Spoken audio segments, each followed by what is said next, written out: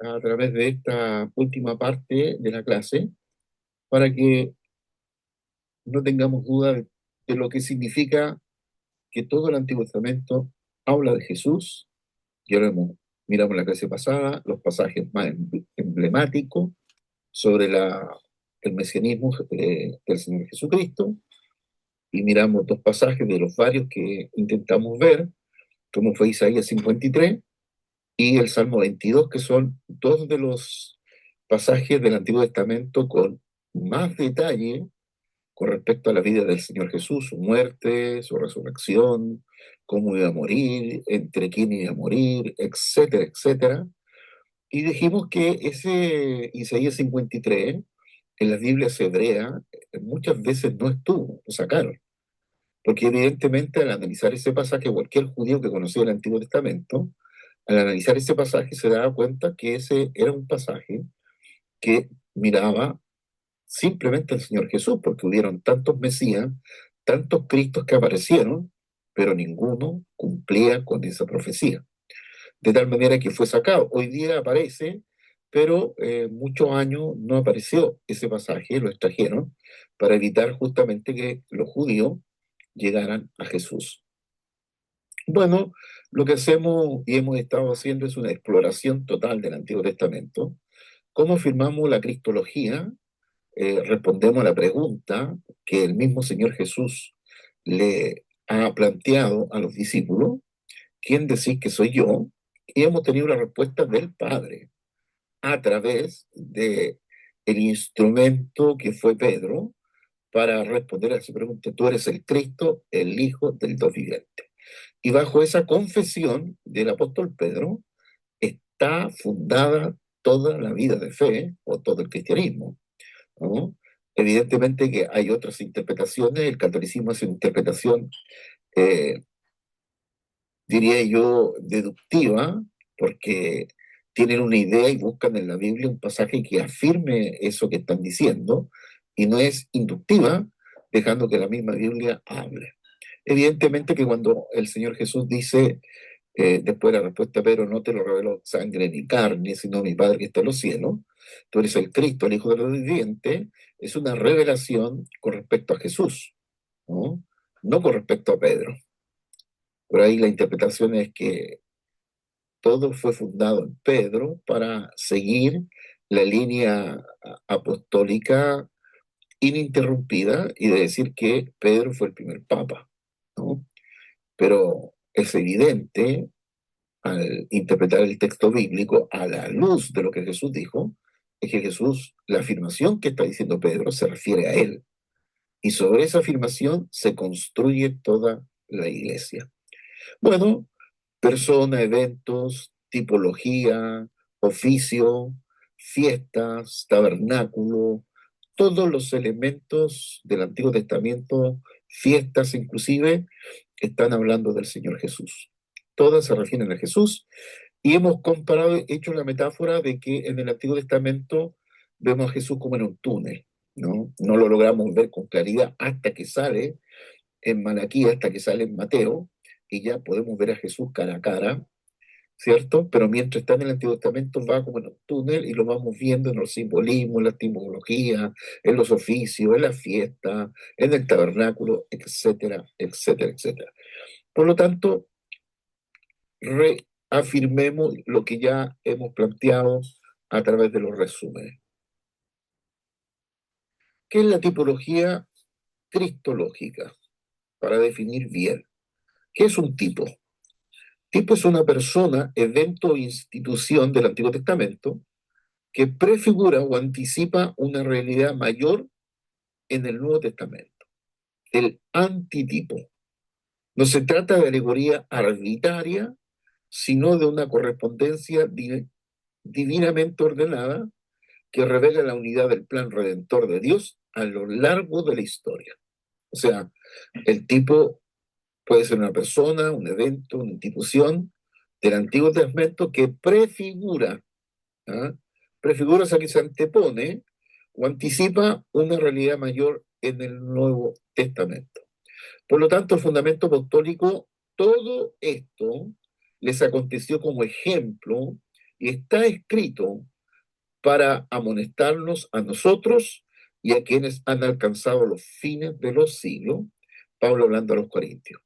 Así que Pablo subraya que los relatos del Éxodo no son meros registros históricos, sino lecciones tipológicas escritas para la instrucción de la iglesia en los siglos posteriores. Bueno, la persona que prefigura a Cristo en el Antiguo Testamento son varios. ¿Mm? Aquí mencionamos algunos nomás, pero son muchos los personajes. Por ejemplo, Adán, Malaquía, Moisés, David, Jonás, etcétera. Cada uno de estos anticipa desde el ángulo distinto y la obra personal del Redentor prometido. Podríamos hacer una lista mayor, que ustedes pueden hacerla, pero me voy a dedicar a los personajes más principales del texto bíblico. Por ejemplo, Adán. Adán, a quien llamamos el primer ántropo o el primer hombre, que es creado, ¿cierto?, en el Edén por Dios. Y Adán, siendo el primer hombre, cabeza federal de la humanidad, recuérdense cuando la palabra Adán se usa en el capítulo 1 del Génesis, Adán significa raza humana, significa género humano, no es un nombre personal, es un nombre genérico, ¿ya? Después ya va a ser un nombre personal, pero en principio es genérico. De tal manera que a través de su descendencia, el pecado y la muerte entraron en el mundo y afectaron a toda su descendencia. Falló en el jardín del Edén, trajo maldición sobre la humanidad y representó a la humanidad caída. Luego, todos nosotros heredamos el espíritu de Adán, el espíritu caído, pecaminoso, ciego e incrédulo. Luego toda la raza humana, incluyendo Eva, heredamos ese espíritu de Adán, porque si usted lee Malaquías 2:15, dice que habiendo abundancia de espíritu en Dios, o sea, abundancia de espíritu, Dios creó solo un espíritu. O sea, creó el espíritu de Adán cuando sopló, insupló aliento de vida sobre Adán y Dios traspasa, ¿cierto? En ese ruaj que sopla sobre Adán, traspasa la imagen y semejanza de Dios. Así que luego, al crear a Eva y sacarla del costado, que literalmente dice el texto de Hebreo, no dice de la costilla, dice literalmente el costado, ese espíritu, como Dios creó solo un espíritu, el espíritu de Adán traspasa a Eva, que tiene el espíritu de Adán, y luego Eva, Java, en el hebreo, es la mamá de todos los vivientes, todos nosotros. Por lo tanto, todos nosotros recibimos y heredamos el espíritu de Adán, el espíritu ramificado, pecaminoso, ciego e incrédulo. Y por eso tiene que venir el segundo Adán, ¿no? Cristo, el postrer Adán o el segundo Adán, como bien lo expresa Pablo, porque así como en Adán todos mueren, también en Cristo, el segundo Adán, todos serán vivificados. Por lo tanto, Pablo lo que está diciendo, Cristo es la cabeza de una nueva humanidad redimida a través de su obediencia perfecta. La justicia y la vida son ofrecidas a todos los que están en él. Recuérdese que la elección es en Cristo, ¿no? Todos hemos sido elegidos en Cristo y no hemos sido elegidos después de la cruz, sino mucho antes de la cruz. Pablo lo deja con claridad, capítulo 1 de Efesios, al decir que hemos sido elegidos antes de la fundación del mundo en Él. O sea, ¿quién es el elegido? Es Cristo.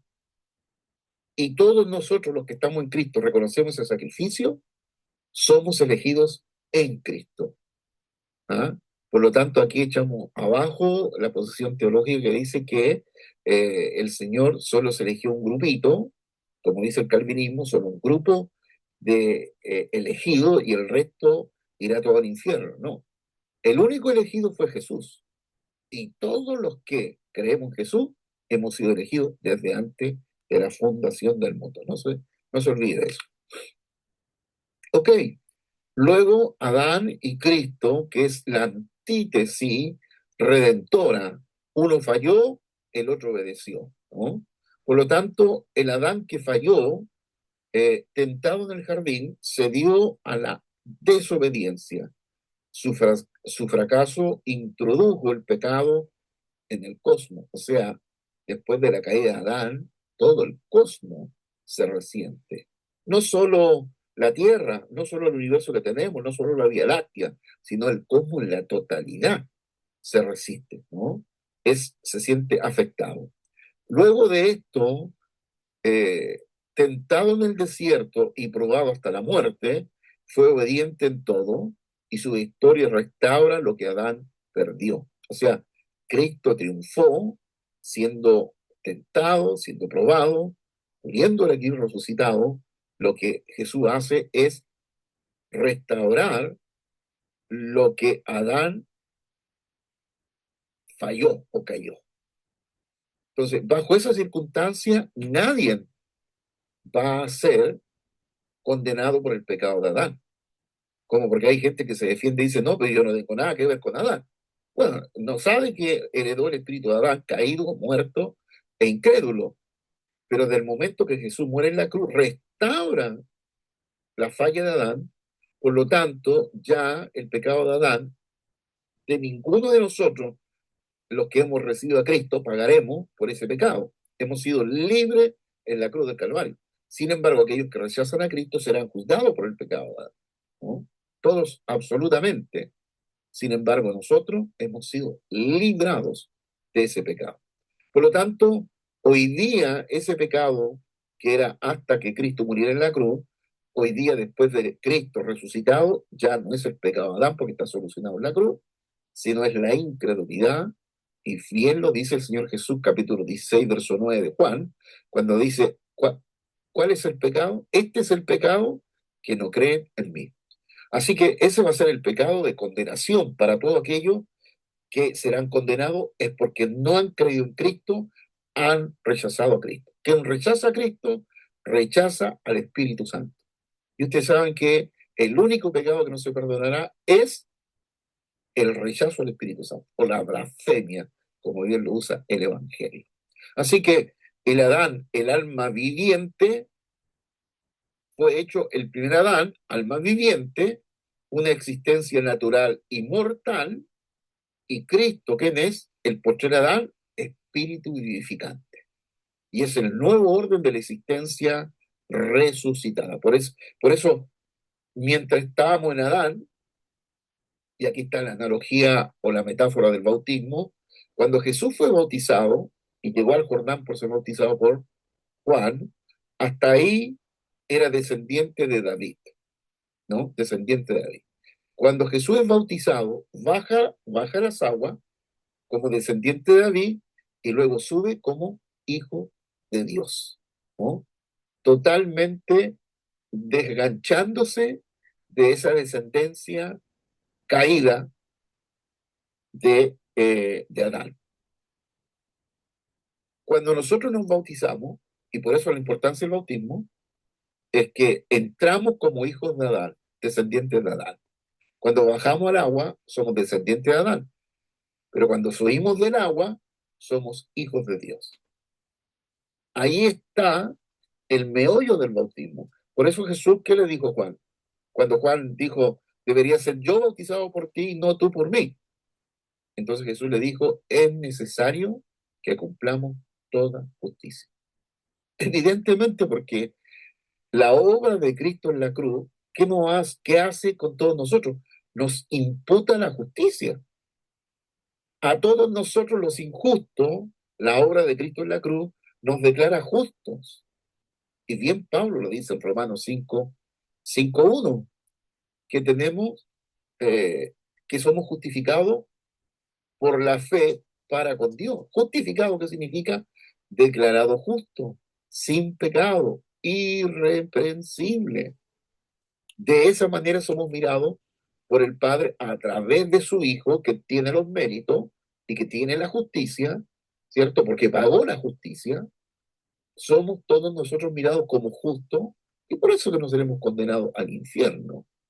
no por nuestros méritos, sino por los del segundo Adán, el espíritu vivificante. Así que la tipología de Adán, Cristo enseña que el nuevo comienzo de la humanidad, él representa de un nuevo orden de existencia donde la maldición queda revertida y la bendición divina queda totalmente restaurada. Luego tenemos otro personaje, Melquisedec, ¿no? El sacerdote rey eterno. Y esta figura, esta tipología de Melquisedec, como lo dice bien, la figura misteriosa, porque es un personaje misterioso, ah, que aparece en Génesis 14, 18 al 20, cuando evidentemente Abraham va a pagar los diezmos de este individuo o de este personaje, rey de Salem, que tiene característica como si fuera un personaje divino, ¿no? Sacerdote del Dios Altísimo, y Abraham que hace es pagar o entregar los diezmos a este personaje. Bueno, la profecía del Salmo 110, tú eres sacerdote para siempre, según el orden de Melquisedec, el Mesías sería un sacerdote de un orden superior al levítico, porque recuerda que el sacerdocio levítico quedó, ¿cierto? Out, quedó fuera, solo eran sacerdotes de la tribu de Leví y los sumos sacerdotes venían de la casta de Aarón. Y ahora el nuevo sumo sacerdote sobre la casa de Dios ya no viene de la tribu de Leví, sino viene de la tribu de Judá. Un nuevo sacerdote. Y un nuevo sacerdote requiere un nuevo pacto, un nuevo rito, nuevo todo.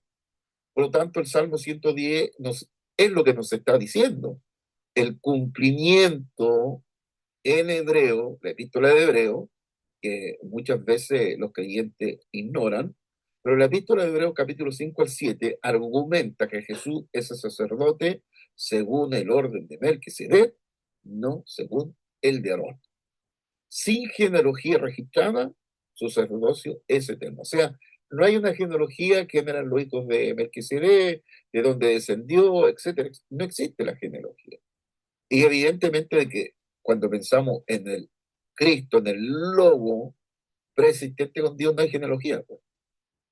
La genealogía está cuando hablamos del Cristo histórico, ¿no? Desde la teología, desde abajo, cuando lo relacionamos con el Cristo histórico, con el que nació de María, que es el hijo de María, etcétera, etcétera, etcétera. Pero cuando lo miramos desde la perspectiva, ahí hay genealogía, porque aparece la genealogía de Mateo y Lucas con respecto a Jesús. Pero cuando lo miramos desde el logo existente o preexistente con el Padre, no existe genealogía desde esa perspectiva. Luego tenemos a Moisés, otro tipo del Señor Jesucristo, un profeta, un libertador. Moisés es un gran profeta. Usted sabe que entre Abraham y Moisés, los judíos evidentemente que veneraban a Moisés. No, no solo por ser el que saca a Israel de Egipto, sino por la Torá que les entregaba en el monte Sinaí. De tal manera que Moisés es el gran profeta, libertador de Israel, y saca al pueblo de la esclavitud de Egipto. Profeta de en medio de ti y de tus hermanos como yo, te levantará el Señor tu Dios, a él oiréis. Ahora, mire lo que dice Pedro, Hechos 3:22 y Esteban 7:37. Identificaron este profeta prometido con Jesús. Con Jesús. El autor de Hebreo concluye, porque de tanto mayor gloria que Moisés es estimado digno este, cuanto tiene mayor honra que la casa el que la hizo. Bueno, capítulo 1 de Hebreo, capítulo 2 y capítulo 3 prácticamente el tema es la superioridad de Cristo. Jesús superior al tabernáculo, superior a los ángeles, superior a la ritología, superior a todo, absolutamente superior a todo. Por eso Jesús dice en el Evangelio, derriben este templo y en 3 días lo levanto, ¿no? Porque era mayor, evidentemente el templo, lo más importante era el mismo Señor, era el templo, no el templo de Herodes o el tercer templo que esperan construir los judíos en este tiempo.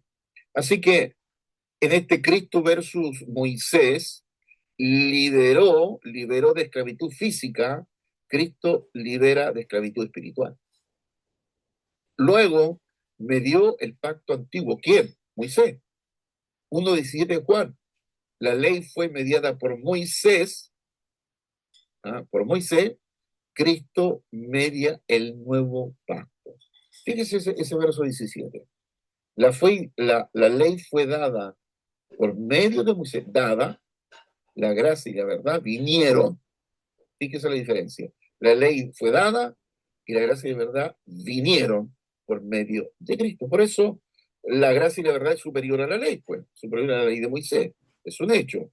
Ahora, habló la palabra de Dios, pero Cristo era la palabra misma de Dios, la palabra viviente, la palabra encarnada. Y yo, 40 años en el desierto, Cristo es ¿ah? eternamente a su pueblo. Luego tenemos el gran rey David, ¿no? El gran rey David. El rey ungido. Bueno, David fue el rey más grande de Israel, el varón conforme al corazón de Dios. La alianza que Dios estableció con él es fundamental para la esperanza mesiánica. Y será afirmada tu casa y tu reino para siempre delante de tu rostro, y tu trono será establecido eternamente. Digamos la verdad, si en el libro de los Hechos no aparece la expresión que David era conforme al corazón de Dios, porque, digámoslo, el Nuevo Testamento salva a David, porque si nos quedamos solo con el pensamiento del Antiguo Testamento, David fue un asesino y un adúltero. ¿Y cómo un asesino y un adúltero podría tener la capacidad de tener el corazón de Dios? Bueno, el libro de los Hechos lo menciona, porque David, de entre todos los reyes, fue el único realmente que se arrepintió. Se arrepintió y Dios le concedió esa gracia, pero simplemente perdió toda la garantía de construir el templo a Dios. Es como Moisés, cuando Moisés le dice a Dios, háblale a la roca y la agarra a palo, entonces Dios simplemente dijo, bueno, Moisés va a mirar la tierra prometida, pero no va a entrar sobre ella. Porque evidentemente, cuando no obedeces a Dios, las consecuencias tienes que vivirlas, pagarlas. ¿Y qué ocurre con David? Que quería construir la casa de Dios, pero Dios, ¿qué le dijo? Mira, tus manos están llenas de sangre, refiriéndose al asesinato, y a cuánto otra persona había muerto, matado, al adulterio, a hijo que nace y que muere, etcétera, etcétera. Así que no serás tú que me construyas, sino tu hijo Salomón, que es más pacífico que tú.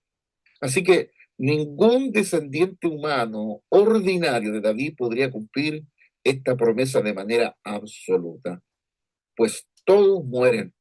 Solo un descendiente eterno y divino podría hacerlo. Los evangelios enfatizan repetidamente el linaje davídico de Jesús. Mateo 1:1, Lucas 1:32, Romanos 1:3. Cuando entró triunfantemente en Jerusalén, las multitudes que dijeron, que decían, que aclamaban, Hosana al Hijo de David. Por lo tanto, tras la resurrección, Pedro proclamó que Dios le había hecho Señor y Cristo. ¿Se recuerdan el ciego Bartimeo? Hijo de David, ten misericordia de mí. Bueno, y finalmente tenemos otro de la tipología, Jonás. 3 días en el vientre del pez para decirnos que 3 días estaría el Señor en el vientre de la tierra. Porque como estuvo Jonás en el vientre del gran pez, 3 días y 3 noches, así estará el Hijo del Hombre en el corazón de la tierra 3 días y 3 noches. Por lo tanto, Jesús mismo estableció a Jonás como tipo de su propia muerte y resurrección. Como muchos tratan de decirnos que Jonás es simplemente una leyenda, una historia, que no fue un personaje histórico, que nunca ocurrió que una ballena o que un gran pez, porque no dice que es ballena, un gran pez, que nosotros lo comparamos con una ballena, porque una ballena es de los peces más grandes del mundo, del océano, pero los científicos dicen que la ballena no tiene la capacidad de tragar, que es muy pequeñita la garganta para tragarse a un hombre. Así que, pero dice, ¿qué dice el texto de Jonás? Dice que Dios preparó a un gran pez. Así que pudo haber sido un pez único que tragó a Jonás y después desapareció, En esa época, en ese tiempo, puede haber sido animales como las ballenas, comparado a las ballenas que ya tenían garganta más grande y podían tragarse a un hombre completo, no lo sabemos, pero fue un gran pez preparado por el Señor. Ahora, aquellos que lo comparan como una leyenda, como una tipografía, como algo que no existió, bueno, desde el momento que Jesús lo cita, lo considera sí un libro histórico, un personaje que existió, porque el Señor no iba a compararse con una leyenda, nunca lo hizo. No iba a compararse con una historia, un cuento, cuento del campo, eh, para hablar de su resurrección. Toma un personaje, toma un libro, toma una situación que él le da el perfil histórico. Si no, Jesús no, si es una leyenda, no lo cita. Lo cita porque en Jesús consideramos que es un personaje histórico y es una historia que realmente ocurrió. Bueno, Jonás sepultado en el pez, Jesús sepultado en la tumba. Jonás resucitó al tercer día, o lo vomitó al tercer día realmente el animal o el pez. Jesús resucitó al tercer día. Jonás predicó a los gentiles de Nínive, Jesús trae salvación a judíos y gentiles. Así que el paralelo va más allá de la cronología. La misericordia de Dios que desborda la frontera étnica anticipa la universalidad de la gracia en Cristo.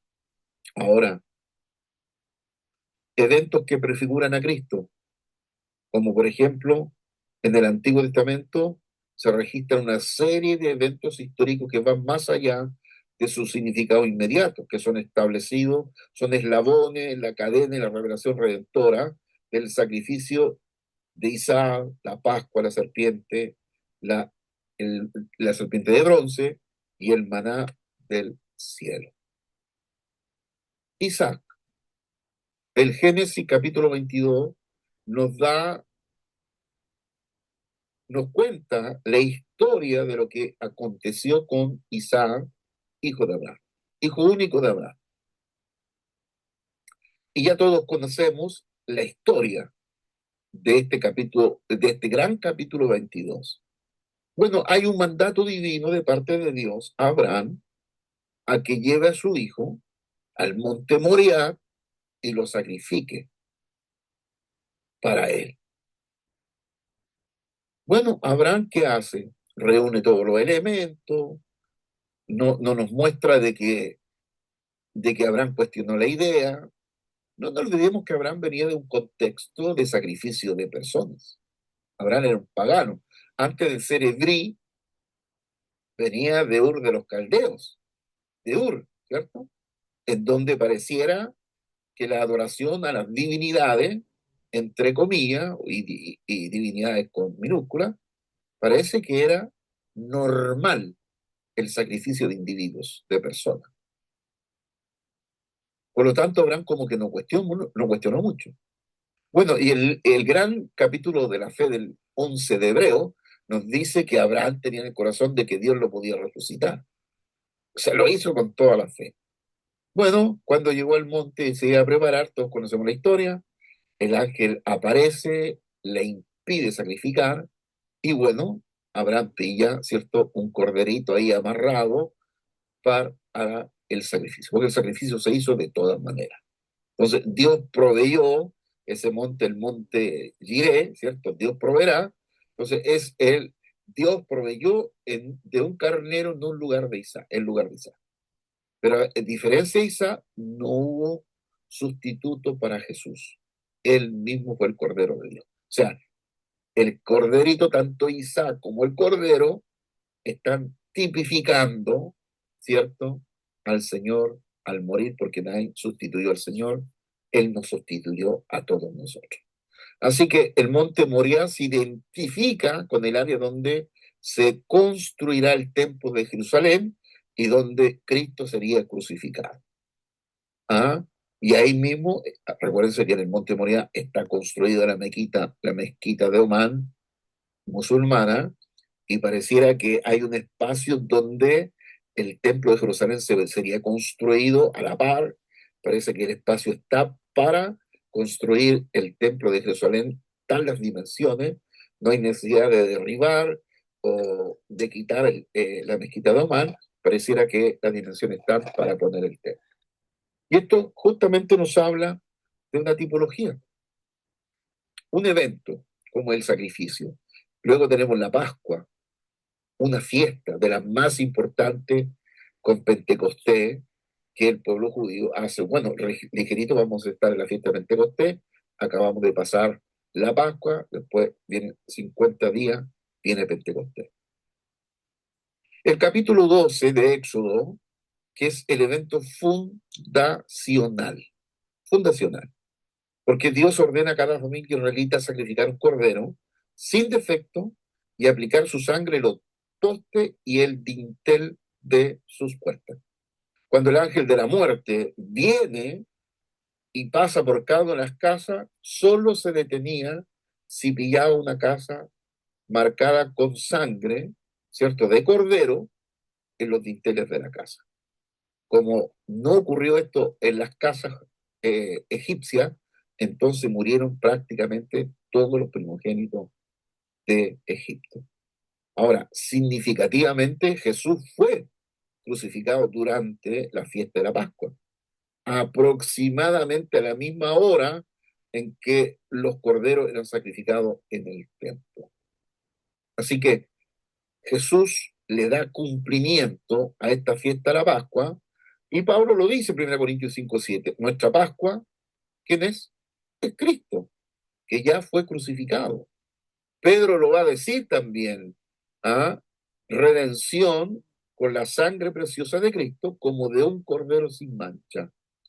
Y luego Juan el Bautista, la gran frase que resume todo el libro de Levítico resumido en una sola frase: he aquí el Cordero de Dios que quita el pecado del mundo. Y Juan lo va a decir, 19:36, ningún hueso de Jesús fue quebrantado, así dándole cumplimiento a Éxodos 12:46. Y luego tenemos la serpiente de bronce en el desierto. Número 21. Otro objeto y evento que tipifica a Jesús. Mire lo que dice Juan 3:14-15. Y como Moisés levantó de la serpiente en el desierto, así es necesario que el Hijo del Hombre sea levantado, para que todo aquel que en él cree no se pierda, mas tenga vida eterna. Cuando Israel pecó en el desierto, Dios envió serpientes venenosas como juicio. Ante el arrepentimiento del pueblo, ordenó a Moisés levantar una serpiente de bronce. Quien mirara a ella viviría. Jesús mismo interpretó este evento como tipo de su crucifixión. La correspondencia es precisa. Así como los israelitas miraron con fe a la serpiente levantada para ser sanados físicamente, nosotros miramos con fe a Cristo crucificado para ser salvos espiritualmente. La serpiente representaba el pecado sin veneno, tal como Cristo fue hecho pecado por nosotros, sin jamás cometer pecado. Así que luego tenemos el maná del desierto, el verdadero pan que viene del cielo, y lo dice Juan: yo soy el pan de vida, el que a mí viene nunca tendrá hambre. Yo soy el pan vivo que descendió del cielo. Si alguno comiere este pan, vivirá para siempre. Así que el Señor Jesús, después de identificarse con el maná del desierto, que no era el verdadero pan del cielo, sino que Él era el verdadero pan del cielo, bueno, después viene el milagro, ¿cierto?, de la alimentación de los 5.000.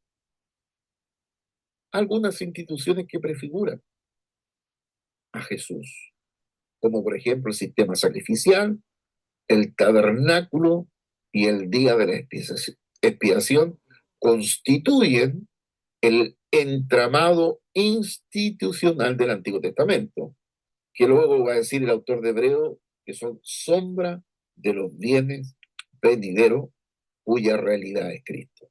Bueno, todo el sistema sacrificial, la insuficiencia de los sacrificios animales, usted sabe, lo dice el libro de Hebreo, que los judíos creían derechamente que el sacrificio, el derramamiento de la sangre de los animales, los limpiaba de pecado. La verdad, las cosas que los cubría de pecado, pero no los limpiaba, ¿no? Es la sangre de Cristo que ya no cubre, sino que limpia totalmente de pecado. Así que los sacrificios del Antiguo Testamento, holocausto, ofrenda por el pecado, por la culpa y de paz, nunca podían quitar verdaderamente los pecados. Solo cubrían temporalmente hasta que Jesús muriera en la cruz. Ahora, la suficiencia del sacrificio de Cristo hace que sea una sola ofrenda para siempre. Ya no hay que estar sacrificando todos los días, todos los días, todos los días, que fue evidentemente un trabajo pedagógico de memoria para el pueblo judío. Sacrificar todos los días miles de sacrificios para que llegaran a la conclusión de que iba a haber el único y gran sacrificio de Cristo para cubrir todo el pecado, limpiar el pecado. Así que Cristo fue solo la gran ofrenda y para siempre. Su sacrificio pues, fue perfecto, completo y plenamente eficaz. Con una sola ofrenda hizo perfecto para siempre a los santificados.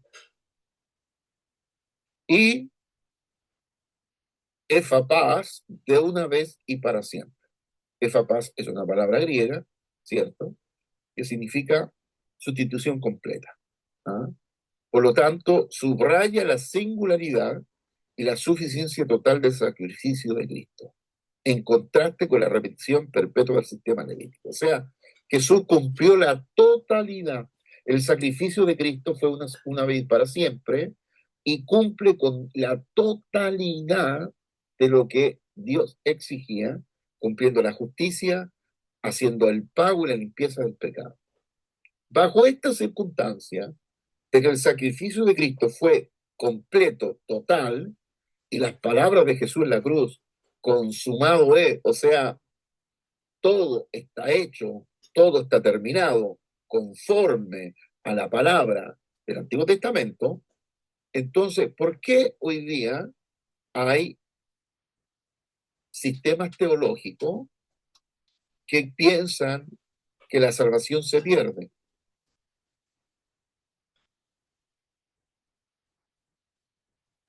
Porque a la larga, si la salvación se pierde, entonces el sacrificio de Cristo no fue perfecto. Le faltó algo. Porque cuando uno dice la salvación se pierde, significa que uno tiene que mantener la salvación. Pero no hay ninguna acción humana que pueda mantener la salvación, porque solamente lo podía hacer Jesús, el último gran sacrificio, inocente, sin pecado, sin pecar y sin pecado, podía pagar ese precio en la cruz por nosotros. Por lo tanto, si el sacrificio de Cristo es perfecto, que así yo lo creo que es perfecto, entonces no puede ser que la salvación se pierda. Porque la salvación está basada en los méritos de Cristo y en el hecho de Cristo en la cruz, no en nosotros. ¿Ah? Como lo plantean algunos sistemas teológicos, de que, bueno, somos salvos, pero que nosotros tenemos que hacer algo, portarnos bien, tener buena obra para saber. Entonces la salvación no es por fe. Si la salvación es por fe, sin obra humana, como bien Pablo lo dice, que nadie será salvo por la ley, por las obras de la ley, y nadie será salvo por las obras del Evangelio. La salvación es fruto del sacrificio de Cristo en la cruz, y ese sacrificio fue aceptable a la justicia del Padre. Todos nosotros somos injusticia. Qué dice Isaías? Que nuestra justicia es como trapo de inmundicia. O sea, ninguno de nosotros tiene la calidad moral, ética, como para pagar el sacrificio de Cristo o pagar la justicia de Cristo. Nadie de nosotros. Nadie. Porque antes de Cristo estábamos condenados totales. Nada bueno, aunque hiciéramos cosas buenas, no íbamos a ganar la salvación. No estábamos destituidos de la gloria de Dios. Pero después, en Cristo, como bien lo dice Pablo en toda la carta de Efesios, usando la expresión en Cristo, en Él, en quien tenemos toda la obra, toda la acción, cae en el sacrificio de Cristo, sacrificio perfecto, porque fue el animal perfecto que pagó por nuestros pecados. Y cuando digo animal perfecto, haciendo la metáfora de los animales del Antiguo Testamento. Pero Jesús cubrió perfectamente el sacrificio y nos dio, todos los que creemos en ese sacrificio, somos sustituidos por Jesús y tenemos la salvación gracias a la obra, acción de Cristo. ¿Ah? Acción de Cristo. Por lo tanto, otros de los elementos del tabernáculo y del templo tipifican, son elementos tipológicos de la propiciación, que la prefigura a Cristo como nuestra propiciación. El altar de bronce apunta a la cruz donde Cristo fue ofrecido. El altar de incienso prefigura la intercesión de Cristo, 7:25 de Hebreo. El camino nuevo y vivo abierto por la carne de Cristo, nuestro sumo sacerdote, etcétera, etcétera. El velo que representaba la separación, ¿cierto?, del lugar santo al santísimo, que nadie podía entrar al Santísimo, solo, solamente el sumo sacerdote, etcétera, etcétera. Y fíjese que eh, el altar del incienso, y aquí hay una pregunta para los investigadores, para que usted lo investigue. Si ustedes leen en Éxodo los capítulos 33 al 35, cuando hablan de los utensilios del templo, del tabernáculo del desierto, se darán cuenta que en la división del lugar santo y santísimo, en el lugar santo, ¿qué había? La mesa de los panes, el, la menorá, que es el calendario de 7 brazos, ¿cierto? Y el altar del incienso.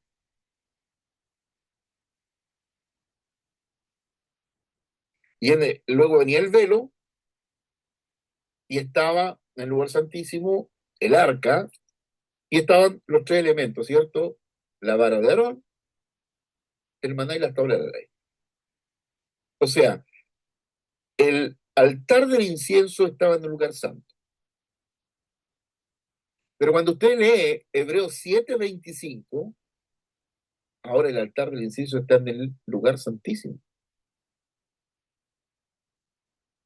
¿Está equivocada la Biblia? ¿Se equivocó? No, no se equivocó. Porque desde el momento que el velo se rompe, se separa el velo, ya solo queda un espacio, el lugar santísimo. Y si uno prefigura que hoy día Jesús es el gran intercesor delante de Dios, porque el altar del incienso eso prefigura la intercesión, ¿qué nos dice el texto de Hebreo? Que Jesús hoy día intercede día y noche por nosotros. ¿Y dónde está Jesús? En el lugar santísimo. ¿Qué les parece? No que haya un error, sino que nos damos cuenta que el Señor Jesús está en el lugar santísimo, ahí intercede por nosotros, por eso el autor de Hebreo pone el altar del incienso, lo pone en el lugar santísimo y ya no en el lugar santo. Lo dejo para que lo sigan trabajando. Y luego viene el gran día de la expiación, el Yom Kippur, celebrado todo los octubre, el Yom Kippur, la gran fiesta, ¿cierto?, de el fin de año, el Rosh Hashanah, la cabeza del año, donde el sumo sacerdote entraba al lugar santísimo con sangre de un toro por sus propios pecados y de un macho cabrío por los pecados del pueblo. Los dos machos cabríos ilustraban un doble aspecto de la expiación. Uno era sacrificado y el chivo expiatorio era enviado al desierto cargando simbólicamente los pecados del pueblo, como que el pecado se alejaba del pueblo. Así que el macho cabrío sacrificado prefigura la muerte expiatoria de Cristo, su sangre versada, derramada por el perdón de los pecados. Y el chivo expiatorio prefigura la remoción completa de los pecados. Como está de lejos el oriente del occidente, así hizo alejar de nosotros nuestras rebeliones. Y luego entró una vez y para siempre en el lugar santísimo, en el cielo mismo, para presentarse ahora por nosotros ante Dios con con su propia sangre. ¿Qué les parece? Qué interesante, ¿no? Le hemos dado un pantallazo así rápido, general. Ustedes tienen el manual para que sigan profundizando el tema, porque estamos abocándonos solo al Antiguo Testamento. Ya el próximo lunes estaremos metidos en el Nuevo Testamento. Estamos saliendo de la sombra, ¿ah? De la sombra para entrar a la realidad espiritual, que es el Nuevo Testamento. Ahora, estos tres oficios, de los cuales hablaremos para casi terminar la clase, nos está hablando de tres oficios: el oficio del profeta, el oficio del sacerdote y el oficio del rey. Ahora, Cristo es el cumplimiento perfecto y simultáneo de los tres oficios. Ahora, fíjense ustedes, el marco monus triple que consideramos sobre el Señor Jesús. Profeta, que habla la palabra de Dios y revela al Padre; sacerdote, que es el mediador y ofrece el sacrificio perfecto e intercede; y rey, que reina eternamente, gobierna la creación y establece su reino. Por lo tanto, Jesucristo es el cumplimiento perfecto. Los tres oficios no son funciones separadas, sino dimensiones complementarias de una única misión redentora. Ningún otro individuo en la historia ha reunido los tres en su persona. Cristo los cumple de modo perfecto, eterno y definitivos. Definitivos. Así que Cristo como el profeta, el portavoz de Dios. Recuérdense que hemos dicho que los profetas son los oráculos, las voces de los oráculos del Antiguo Testamento. ¿Por qué los llamamos las voces o la voz? Por lo que dice Juan. Cuando le pregunten quién tú eres, yo soy una voz. ¿Ah? Una voz del desierto, una voz del desierto que proclama el año agradable del Señor y que prepara ese año. Por lo tanto, hubieron tantas voces hablando, y estas voces que decían del Antiguo Testamento, hablando del Mesías, vendrá, vendrá, vendrá, y las voces del Nuevo Testamento, vino, vino, vino, Jesús vino, y las voces de ahora, Jesús volverá. Esa es la profecía en términos lineales. La profecía del Antiguo Testamento, vendrá el Mesías; la profecía del Nuevo, vino el Mesías, cumplió el tiempo; y la profecía posterior a la resurrección del Señor, volverá, volverá. Pero hoy día vemos muchos profetas hablando de el auto que te vas a comprar, que Dios te va a dar una casa grande con segundo piso y mansarda, etcétera, etcétera, etcétera. Y no escuchamos a los profetas decir que Jesús viene, Jesús vuelve. ¿Ah? No nos olvidemos que el profetismo del Nuevo Testamento no tiene nada que ver con el Antiguo. Jesús cerró el profetismo del Antiguo y dijo que Juan fue el último gran profeta. El último gran profeta de qué? Del Antiguo Testamento, del profetismo antiguo testamentario o veterotestamentario. Así que el profetismo del Nuevo Testamento no tiene nada que ver con el Antiguo. Es el profetismo del Espíritu, ¿no?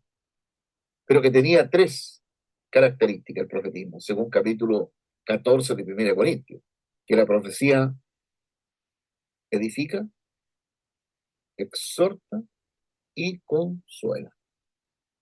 Estos son los tres elementos característicos de la profecía del Nuevo Testamento.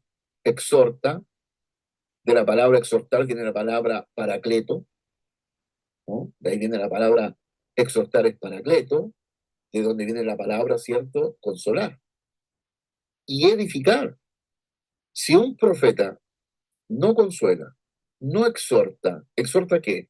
Exhorta a ser un seguidor de Cristo y a conocer a Jesús profundamente. Y no edifica, O sea, es un profeta del desastre que viene a entregar sobre para que se los llenen de plata. Por favor, no es profeta. No nos olvidemos del escrito del siglo, por lo menos siglo II, 120 después de Cristo, que se llamó la Didache. Yo lo mencioné en la clase anterior. ¿Qué decía la Didache? De todos los artículos, además que hablaba en contra del aborto, pero hablaba también en contra de los profetas y los apóstoles que llegaban a un lugar, si se quedaban más de 3 días, eran falsos. Y dos, si pedían plata, eran falsos. ¿Ah? Lo está diciendo el mismo documento más importante de la era cristiana que escribieron los apóstoles. ¿Ah? Así que el profeta era el mensajero de Dios, pero ya no hay profeta al estilo antiguo testamentario, por favor, entendámoslo bien. Ya no hay. Jesús mismo cerró el canon del profetismo en el Antiguo Testamento. Juan es el último gran profeta del Antiguo Testamento. Y la gente tiene la tendencia a seguir creyendo, o algunos entendiendo mal el profetismo del Nuevo Testamento, siguen siendo profetas del Antiguo Testamento cuando ya el Señor los cerró con Juan, el último profeta. Bueno, llamado para recibir la palabra divina y proclamada al pueblo. Sí, no hay que menospreciar las profecías. Fíjate que el texto de Pablo dice, no hay que menospreciar a los profetas. No, no dice así. Dice, no hay que menospreciar las profecías. Porque una profecía la puede tener cualquiera, la puede tener un pastor, un maestro, un apóstol. Pero cualquiera de nosotros en un culto puede llegar a tener una palabra profética. 1 Corintios capítulo 12 cuando habla de la carisma, de las manifestaciones del Espíritu, dice sabiduría, revelación, palabra, palabra de interpretación, palabra de profecía, etcétera. O sea, cualquiera de nosotros puede tener la manifestación del Espíritu en todas estas 9 virtudes, en estas 9 manifestaciones. Porque ahí no se habla de dones, se habla de manifestaciones. La palabra que se usa es carisma. Cuando se habla de dones, en el capítulo 4 del libro de Efesios, cuando dice, y Jesús subió, ¿cierto? Bajó y subió y dio dones a los hombres. Ahí la palabra dones es la palabra dora en el griego. Y ahí sí se traduce dones. O domata, que es dones en plural. No usa la palabra carisma como en el capítulo 12 de 1 Corintios. Ahí se usa la palabra charis, que significa manifestación. Por ejemplo, no confundamos la manifestación con los dones. ¿Y cuáles son los dones? Apóstoles, profetas, evangelistas, pastores y maestros. Esos son dones de gobierno, dones que Dios ha dado para guiar, orientar y conducir y pastorear la iglesia. Las otras son manifestaciones que las pueden tener cualquiera de los miembros, cualquier hermano de la iglesia. Bueno, algún día haremos un curso de Corintio, ¿no? Bueno, Moisés fue el profeta arquetipo. Dios prometió levantar uno como él, profeta de en medio de ti, te levantará el Señor tu Dios, a él oiré. Así que la supremacía profética de Cristo, él no solo habla de la palabra, él es la palabra. Por eso, más yo digo, sus padres, sus descendientes dicen, mas yo les digo. O sea, la palabra misma está interpretando la ley como debió ser siempre interpretada. Por lo tanto, reveló proféticamente al Padre. ¿Quién nos presenta al Padre? En el Antiguo Testamento no vemos al Padre, vemos diferentes nombres, Elohim, Yahvé, nombres compuestos, Jehová Jireh, El Shaddai, etcétera. Vemos 72 nombres compuestos en el Antiguo Testamento, pero quien revela a Dios como Padre es Jesús en el Nuevo Testamento. Y nos enseña a orar, Padre nuestro que estás en los cielos, santificado, etcétera. De tal manera que la revelación perfecta del Padre nos viene, el que me ha visto a mí, ha visto al Padre, que fue la respuesta para Felipe. Y luego la revelación final y suprema. Dios en estos postreros días nos ha hablado por el Hijo. ¿Qué dice el verso? Eso dice el verso 2. ¿Qué dice el verso 1? Hebreo 1:1. Dios ha hablado de muchas formas y de muchas maneras a nuestros padres o a los profetas en otro tiempo. En otro tiempo. ¿Qué tiempo? El Antiguo Testamento. Dios habló de otra forma. Con- Habló con sueños, con visiones, con ángeles, de muchas formas. Pero ahora, en el Nuevo Testamento, en este tiempo, ahora, verso 2 que dice, y en estos postreros días nos ha hablado por el Hijo. Por el Hijo. Por eso estamos estudiando Cristología, porque el Hijo es la clave de todo Antiguo y Nuevo Testamento. Es el eje central de todo. La Cristología es el tema fundamental de la vida cristiana, porque responde la pregunta, ¿quién dicen ustedes quién soy yo? Así que la revelación, Cristo no es uno más en la cadena de profetas, como lo dice el Islam. Jesús es uno de los profetas, Abraham es otro, Moisés otro, etc. No, no es uno más. Es la palabra definitiva de Dios.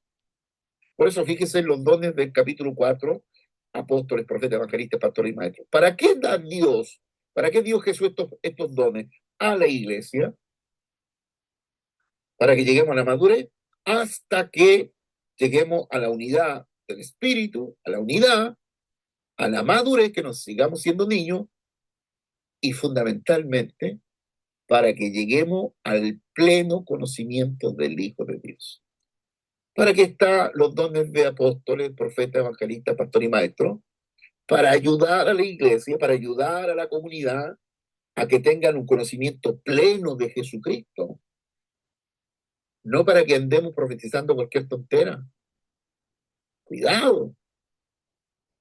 Yo creo en las profecías, que me han dado un montón de profecías en mi vida, algunas se han cumplido al pie de la letra y otras no. No menosprecio las profecías, pero tengo cuidado con los profetas. Más en el tiempo que se acerca el Señor de su regreso, se levanta un montón de gente, y como bien lo dice el Señor en Jeremías, estos profetas cuentan cuentos y sueños que yo no les he dado. Es la queja de Dios, ¿eh? A los profetas de Samaria, a los profetas de Jerusalén y a los profetas de Judá. Estos cuentan sueños, cuentan profecías que yo nunca les di. La queja de Dios. Cuidado, no menospreciemos para nada las profecías, pero tengamos cuidado, hay que examinarlas todas. Y fíjese lo que dice Pablo, examinarlo todo, ¿no? No menospreciar las profecías, pero examinarlo todo y retener lo bueno. ¿Sabes qué significa retener lo bueno? Lo poquito bueno. Porque el profeta puede interpretar lo que vio, lo que soñó, lo que pensó, lo que discernió y le agrega sus propias palabras y a veces le agrega un poquito más. Por eso dice Pablo, examinarlo todo, retenerlo bueno. Y en el griego es lo poquito bueno. Así que cuidado. Bueno, luego tenemos entonces al Cristo como el sacerdote, el mediador entre Dios y el hombre. Bueno, el sacerdote representaba al pueblo ante Dios y ofrecía sacrificios por los pecados, mediaba entre el Dios santo y los hombres pecadores, y el sumo sacerdote tenía responsabilidad especial en el día de la expiación. Cristo es el cumplimiento y la superación de todo el sacerdocio. Así que todo el sacerdocio de Aarón quedó out y ahora viene el sacerdocio de la tribu de Judá, de la tribu de Judá. 5 razones. Primero, su orden es de Melquisedec, conforme al orden de Melquisedec. Fíjate que esto se usa en el mormonismo. Hay 2 órdenes de sacerdocio, del sacerdocio de Aarón, que es el inferior, y está la orden de Melquisedec, que es la orden superior. Así que estos gringos que andan en la calle, que son los mormones, algunos son de la tribu de Aarón, el sacerdocio de la tribu de Aarón, que son inferiores, y algunos son de la tribu de Melquisedec. Cuando te visite un mormón, pregúntales de qué orden es. de la orden de Aarón, de la orden de Melquisedec. Si te dice de Melquisedec, significa que tiene aún más o menos potente ahí tuyo. Bueno, el segundo, un sacerdote perfecto y sin pecado. El sacerdote de Aarón, del templo del primer pacto, tenía que ofrecer por sus propios pecados. Primero por sus propios pecados, después por el pecado del pueblo. Sin embargo, el Señor no tenía pecado. Es superior al sacerdocio arónico. Su sacrificio era perfecto y final. Perfecto y final. El sacrificio de Aarón, aunque el animal era perfecto, no tenía ninguna talla, mancha, pero era un animal. Y quien lo ofrecía no era perfecto, era pecador, porque tenía que ofrecer por su propio pecado. Cuarto, es a la vez sacerdote y sacrificio. Eso no lo fue Aarón. Y final, su sacerdocio es eterno. El de Aarón era hasta que durara la ley. Cuando la ley cambió, cambió el sacerdocio, cambió el pacto, cambió el sacerdocio. Y luego, esta intercesión eterna de la que hablábamos, ¿cierto? Del, eh, del altar del incienso. ¿Por qué el autor de Hebreo lo pone en el lugar santísimo y Éxodo lo pone en el lugar santo? Bueno, el sacerdocio levítico decía, sacerdotes mortales, sacrificio repetido, acceso limitado al lugar santísimo, mediación interrumpida por la muerte, sacrificio de animales ajenos.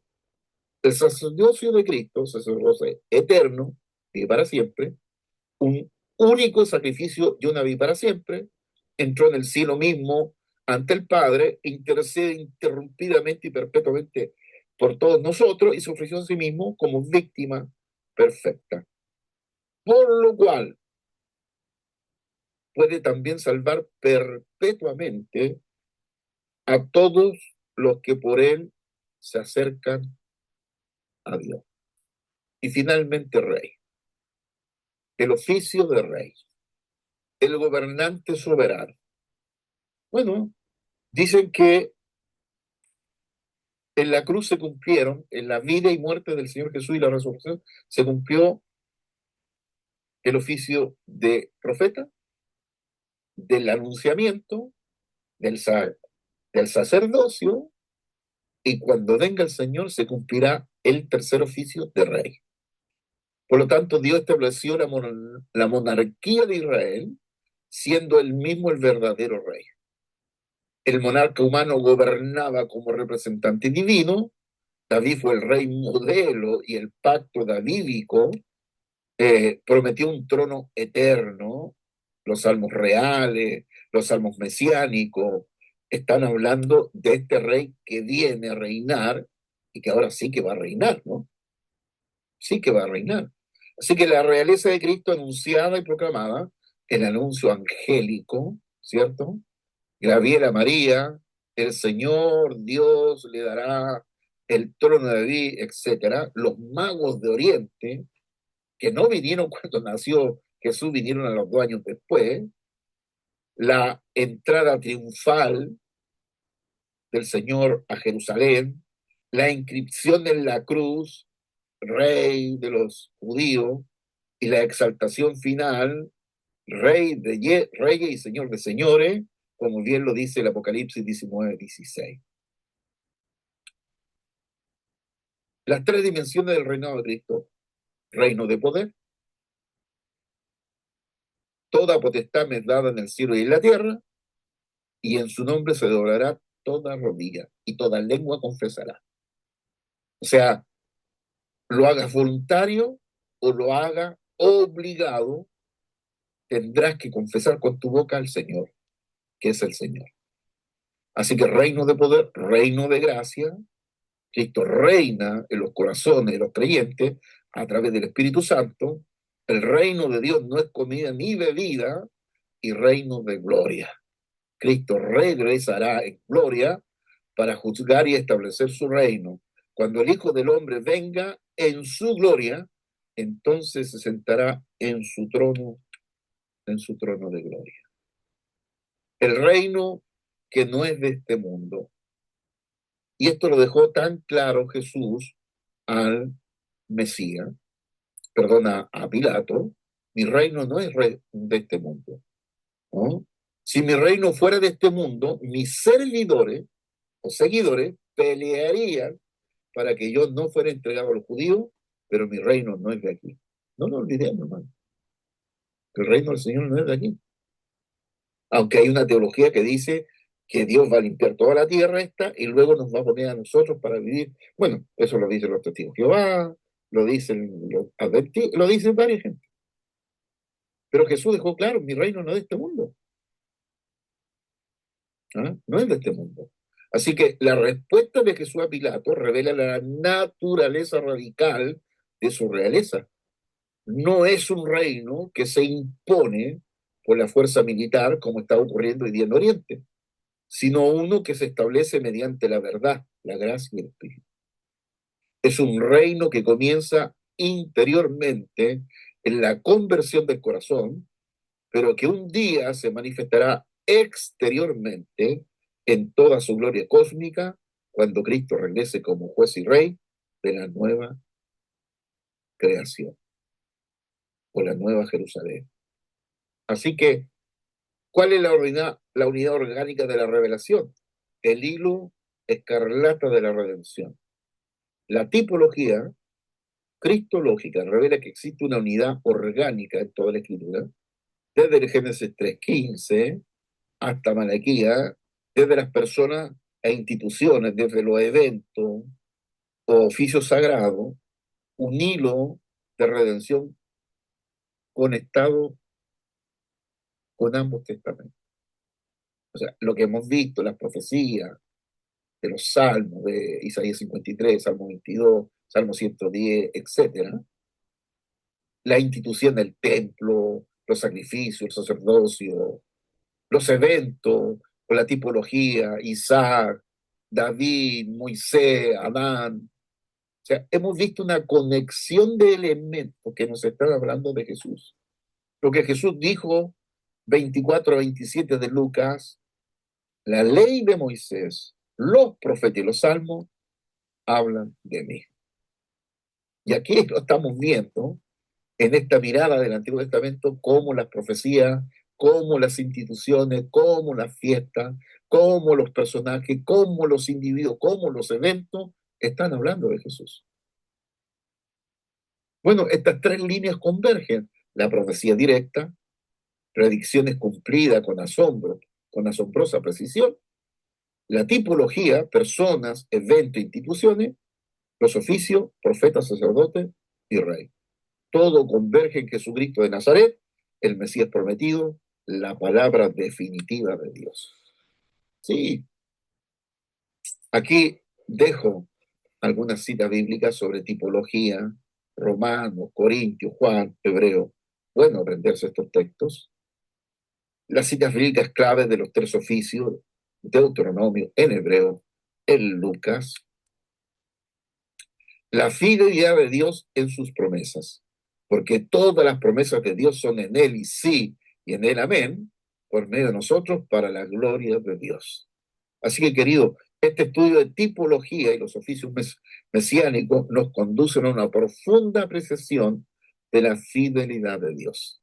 Lo que prometió en el Antiguo Testamento lo cumplió en el Nuevo. Lo que prefiguró a través de personas, eventos, instituciones, lo realizó perfectamente en Cristo.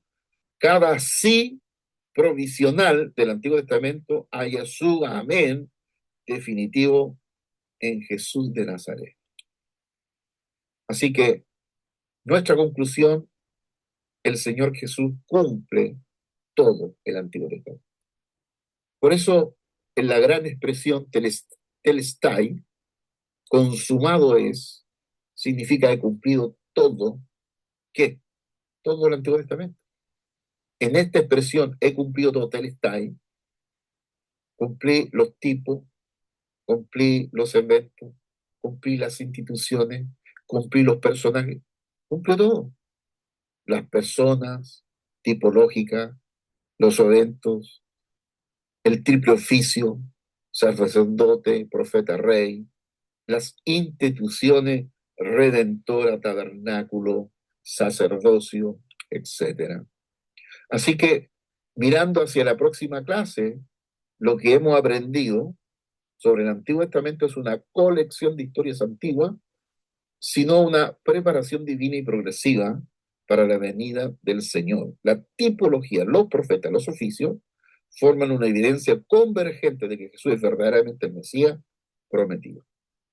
El siguiente paso, la próxima clase, pasaremos del Antiguo al Nuevo Testamento, al testimonio apostólico sobre la vida, muerte y resurrección del Señor, y veremos cómo los evangelios y las epístolas presentan a Jesús como el cumplimiento de todas las promesas veterotestamentarias y cómo los apóstoles articulan su identidad y obra en respuesta a la necesidad de la iglesia primitiva.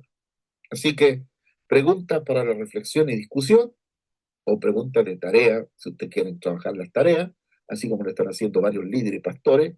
Me alegro mucho de eso y que lo están haciendo bien. He revisado las tareas, están súper buenas todas las tareas.